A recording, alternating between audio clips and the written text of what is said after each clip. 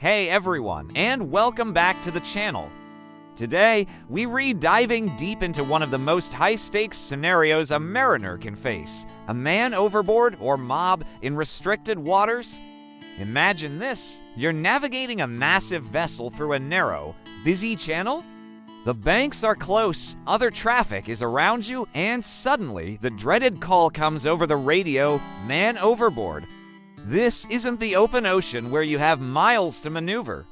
Here, every second and every decision is critical, with the dual threat of losing a crew member and grounding your ship or colliding with another. It's a situation that tests the limits of your skill, your nerve, and your training. So, what's the protocol? How do you save a life when you're literally stuck between a rock and a hard place? Stick with me, because we're going to break down the exact procedures, the critical decisions, and the techniques you need to know to handle this incredibly challenging emergency. First things first, the moment you hear man overboard, your immediate actions are everything. On the bridge, the first person to see the individual go over must shout man overboard, and point continuously at the person in the water. They should not take their eyes off them for a second. At the same time, they need to report which side the person fell from, port or starboard.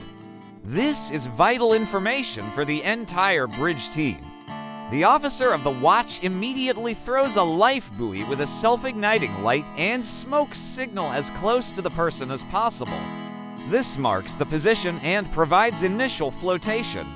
Simultaneously, press the MOB button on the GPS. This drops a digital marker at the exact coordinates, which is invaluable for the search and rescue operation, especially if you lose visual contact. The general alarm should be sounded to alert the entire crew, and an announcement made over the PA system: man overboard, port side, or man overboard, starboard side. Everyone on board needs to know what's happening and what their emergency station is.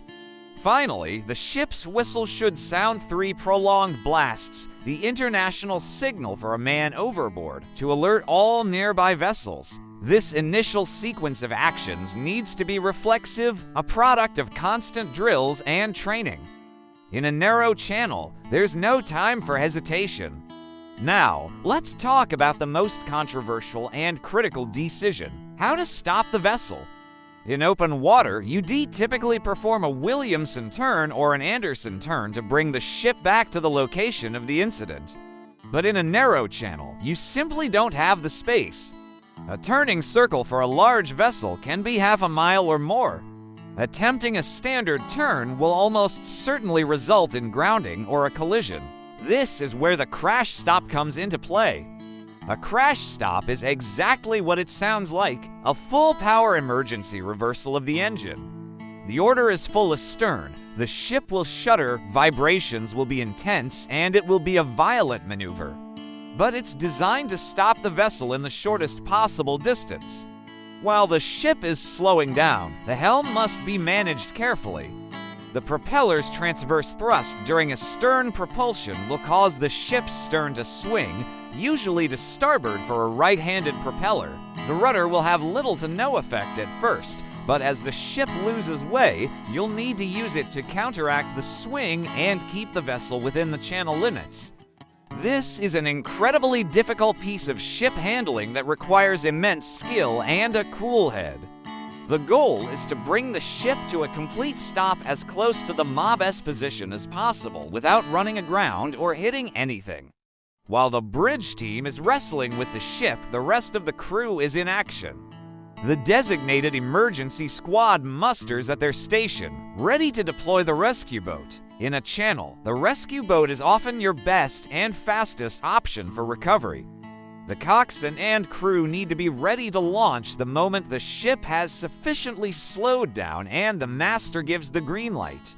Launching a rescue boat from a vessel that still has some headway is dangerous, so this decision rests entirely on the master's assessment of the situation. Is it safe to launch? Is the sea state calm enough? The rescue boat team needs to be fully equipped with immersion suits, communications, and recovery gear. Their mission is to get to the person in the water as quickly and safely as possible, provide immediate aid, and recover them from the water. Communication during this entire event is paramount. The master or the officer of the watch must immediately contact the local Vessel Traffic Service, or VTS, and port control. You need to declare a Mayday situation. Your transmission should be clear and concise. Mayday, Mayday, Mayday. This is vessel your ship's name, call sign your call sign.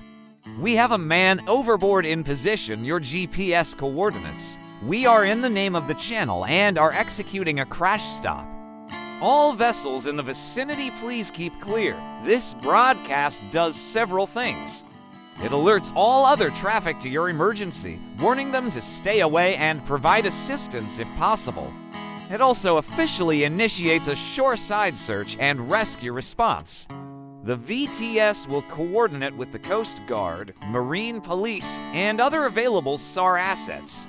They might close the channel to other traffic, giving you more room to maneuver, and they will dispatch their own rescue craft to assist in the search. You must maintain continuous communication with the VTS, providing updates on your situation, the status of the person in the water, and your recovery efforts. So, the crash stop has been performed, and the ship is stopped or moving very slowly in the channel. The rescue boat is either on its way or preparing to launch. Now what? The assessment phase is ongoing. The master and the bridge team are constantly evaluating the risks. Where is the ship in relation to the channel banks? What is the current and tide doing to the ship and the person in the water? Is there other traffic that still poses a threat? The priority is, of course, the life of the person in the water. But the master also has a duty to protect the hundreds of millions of dollars of vessel and cargo, the rest of the crew, and the marine environment. A grounding or a collision could lead to an even greater disaster, potentially with more casualties and an environmental catastrophe like an oil spill. This is the terrible balancing act of command. If the rescue boat can safely recover the person, that is the ideal outcome. The person is brought back to the ship, given immediate first aid, and the ship can then be carefully maneuvered out of its precarious position under the guidance of VTS. But what if the rescue boat can't be launched? Maybe the weather is too rough, or the equipment has failed. Or perhaps the ship's position is just too dangerous to risk launching. In this case, your role shifts to one of coordination and support for the shore-based search and rescue.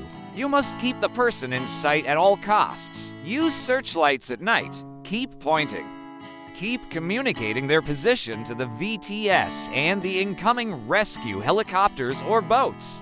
Your ship becomes the on-scene command center. You can use your engines and rudder to maintain your position as best as possible, creating a lee for the rescue craft if you can, which means positioning your ship to block the wind and create calmer water for their operation. This is still a very active role. You are not just waiting. You are a critical asset in the rescue chain. The decision to rely solely on external SAR is a tough one, but sometimes it is the safest and most responsible choice, especially when a failed internal rescue attempt could make the situation much worse. Let's recap the entire process. A man goes overboard in a channel. The immediate actions are: shout, point, throw the life buoy and smoke marker, press the mob button, sound the alarm, and make the PA announcement. Then, the critical ship handling maneuver, the crash stop using full astern propulsion to stop the ship within the confines of the channel, all while managing the vessel's swing. Simultaneously, the emergency squad prepares the rescue boat for launch, and the bridge team makes a mayday call to VTS and all ships, initiating a full-scale SAR response.